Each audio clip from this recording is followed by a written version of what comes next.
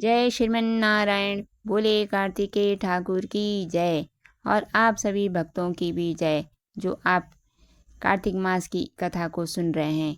इसलिए भगवान विष्णु की आप सब पर कृपा बनी रहे, ऐसे भगवान विष्णु से मैं चाहती हूँ।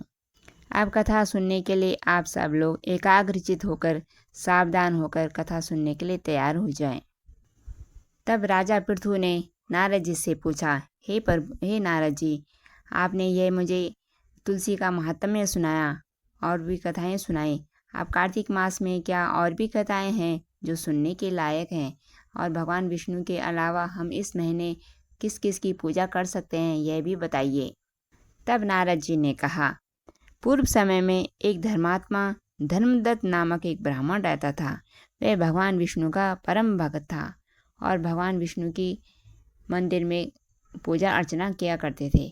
एक दिन कार्तिक मास में का व्रत था, कर रहे थे वो। कार्तिक मास में प्रातःकाल स्नान करना पड़ता है नदी में जाकर। तो कार्तिक मास का नियम उन्होंने ले रखा था और वे जा रहे थे। रात्रि भर उन्होंने जागरण किया भगवान विष्णु के मंदिर में। फिर वो सामग्री को लेकर नदी की तरफ जा रहे थे। तो जैसे वो जा रहे थे तो एक भयंकर राक्षसी उन्हें दिखाई दी। वह बड़ी भयानक थी। बड़े बड़े दांत, बड़ी बड़ी जीभ और लाल लाल नेत्र थे उसके। उसका शरीर बिल्कुल हार्ड मांस की तरह था। वह बहुत भयंकर राक्षसी लग रही थी। उसको देखकर धर्मदत्त बुरी तरह से कांपने लगा और उसने अपने प्राण बचाने के लिए जो उनके हाथ में पूजा की थाली और जल का लोटा था उसके ऊपर दे फेंका, क्योंकि उसमें उन्होंने रात्रि भर भगवान का जागरण किया था और उस लोटे में तुलसी के पत्र थे और तुलसी का जल बन गया था। और जैसे उस राक्षसी के ऊपर तुलसी का जल गिरा, उसे अपने पूर्व जन्म याद आ गया और वे उसके जो संपूर्ण पाप थे वो नष्ट हो गए और ब्राह्मण के चरणों में लिपट कर रोने लगी और बोली, हे ब्राह्मण देवता, मैं पूर्व जन्म के कर्म के फल के कारण मेरी यह अवस्था हुई है। नारद जी ने कहा, हे राजन, उसे इस प्रकार प्रणाम करते देख अति विस्मित होकर धर्मदत्त ने पूछा, तेरी यह अवस्था किस कर्म के कारण हुई है? तू पूर्व जन्म में कौन थी, कहाँ रहती थी और कैसा तेरा स्वभाव था, यह सब मुझे बता। तब राक्षसी ने कहना शुरू करा कि मेरा नाम कलय था और जैसे मेरा नाम था वैसे मेरा काम था। मैं सौराष्ट्र में एक भिक्षुक नाम का एक ब्राह्मण रहता था, उसकी पत्नी थी। मेरा स्वभाव बड़ा ही निष्ठुर था। मैंने कभी अपने पति का भला नहीं चाहा, ना उसे कभी अच्छा भोजन कराती और ना मिठाई खाने के लिए देती। मैं दिन प्रतिदिन उससे लड़ती झगड़ती रहती थी। मुझे इस प्रकार से झगड़ा करते देख मेरे पति बहुत क्रोधित रहते थे और मुझसे तंग आकर मेरे पति ने दूसरा विवाह करने का निश्चय किया।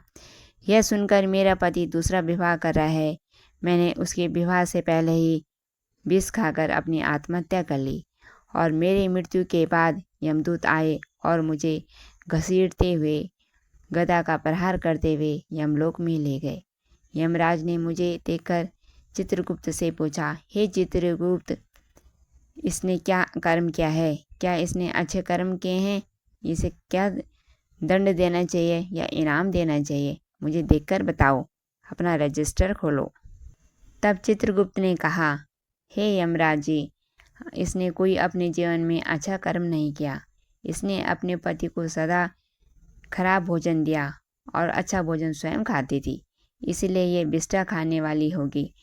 इसे सब अगले जन्म में सुअरी का जन्म दिया जाएगा, क्योंकि ये अकेले ही जिस बर्तन में पकाती थी उसी में ये भोजन करती थी, इसीलिए यह अपने बच्चों को खाने वाली बिल्ली होगी। इसलिए प्रियजनों, जिस बर्तन में हम खाना पकाते हैं उसमें हमें भूल कर भी खाना नहीं खाना चाहिए। ये बात हम सबको मालूम होनी चाहिए।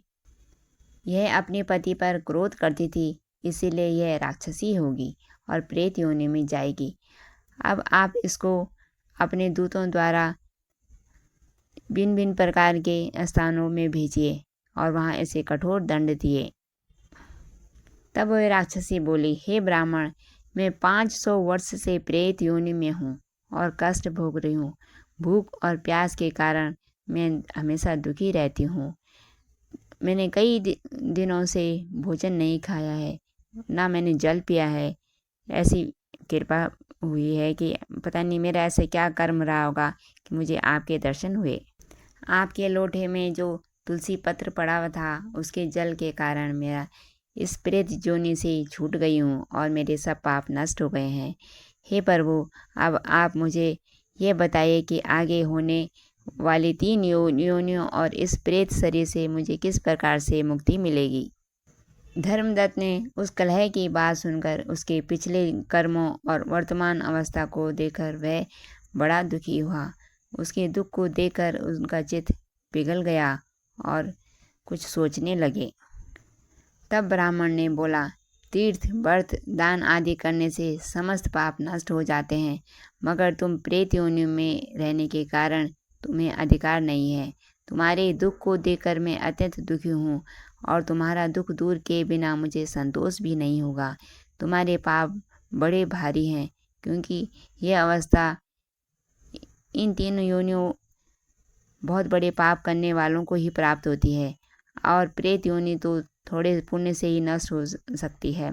लेकिन मैं तुम्हें इस योनि से अवश्य मुक्ति दिलाऊंगा। मैंने जो कार्तिक का दान किया है, व्रत किया है, उसका आधा पुण्य मैं तुम्हें देता हूँ, क्योंकि यज्ञ, दान, तीर्थ से सब निश्चय ही कार्तिक के व्रत का पुण्य को बढ़ाने वाला होता है। इसके समान कोई दूसरा पुण्य नहीं है।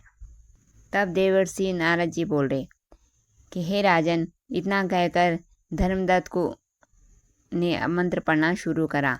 ओम नमो भगवते वासुदेवाय, ये द्वादशाक्षर मंत्र पढ़कर सुनाया और तुलसी का जल उसके ऊपर छिड़का।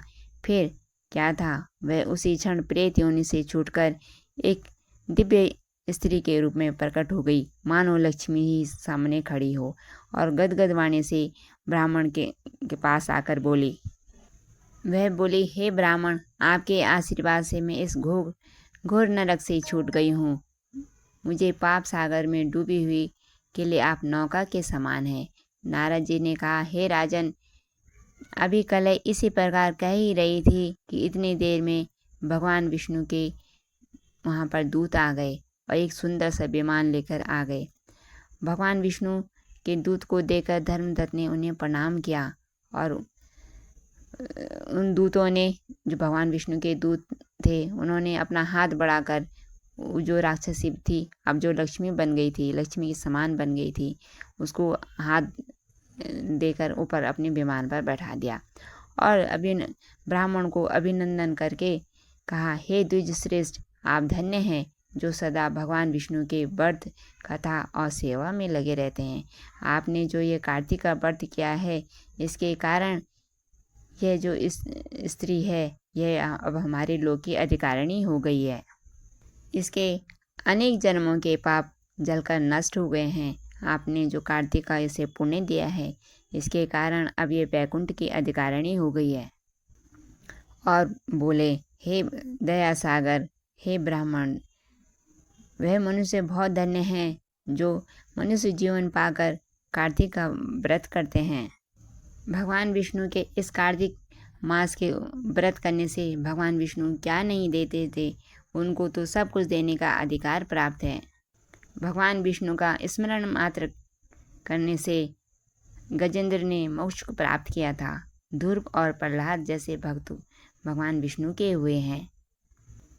तब देवगणों के ऐसे वचन सुनकर धर्मदत्त ने कहा, सब मनुष्य भगवान विष्णु की प्रसन्नता के लिए अनेक प्रकार से आराधना, यज्ञ, दान, व्रत, तीर्थ आदि तप करते रहते हैं, किंतु कोई ऐसा सरल उपाय बताओ जिसके करने से इन सब को फल प्राप्त हो। अब भगवान विष्णु के दूत नारद उन ब्राह्मणों को क्या बोलते हैं, ये हम अब कल की कथा में सुनेंगे। आज ये कथा हम यहीं पे रोकते हैं।